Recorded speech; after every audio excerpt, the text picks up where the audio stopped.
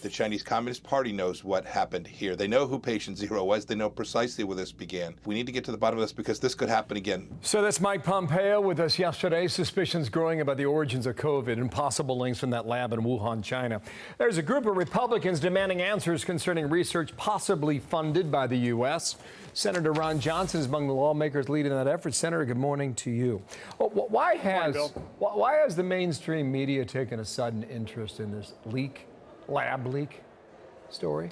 Well, first of all, one of their own finally issued and wrote a very important article. Nicholas Wade, a former New York Times science reporter, really laid out the case for a lab source of this virus. And so now all of a sudden it's acceptable. But you know, the evidence of the creation of this in a lab or the leaking of a lab from a lab has been hidden in plain sight for literally months. But the mainstream media just won't pick it up in the story, and unfortunately, Dr. Fauci poo-pooed it, dismissed it, ridiculed it. And so I think a group of senators and Mike Gallagher as well in the House, we want honest and complete answers from Dr. Fauci and Dr. Collins. Well, when Fauci was asked about it a few days ago, he seemed to suggest that every theory is still alive. What did you make of that comment, to paraphrase him? Well, he's finally being honest. But he was dismissive a year ago, and you have to ask yourself why. You know, why was so dismissive of something that was really pretty obvious? And you also have to ask the media, why did they vilify people like Senator Cotton, who came out and, again, what just relayed was an obvious truth that this is certainly a possibility. Fauci's direct quote was, "I'm not convinced we should continue to investigate in China." I mentioned Pompeo with us yesterday. Here's how he, when asked the question as to whether or not we will ever know, here is the former Secretary of State. This would have been early January of 2020, when we were still trying to figure out precisely what was about to hit the world. And the Chinese Communist Party had gone completely dark. They wouldn't take our phone calls. They wouldn't answer our questions. We sent inquiries. We couldn't get a straight answer. Our ambassador, Ambassador Branstad, couldn't get a straight answer.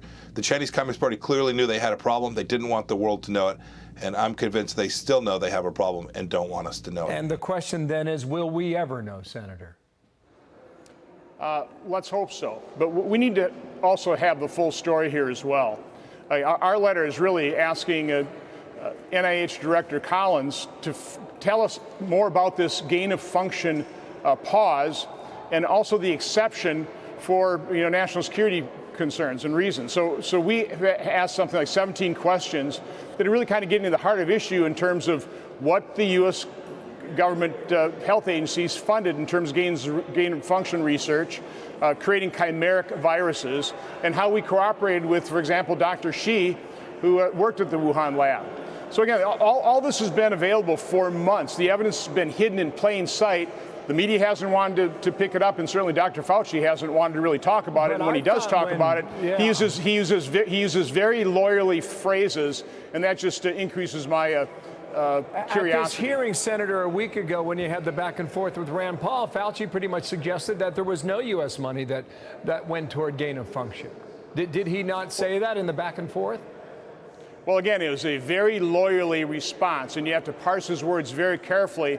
And I think our letter is really designed to not allow them to parse their words anymore. We're just asking straight-up questions. I'm hoping they answer them honestly and completely, but I'm also hoping that investigative members of the press also look into this and start asking these very same questions. Senator, thank you for coming on today, and we shall continue to ask the questions in due course. Thank you, Senator Ron Johnson. Have a good day.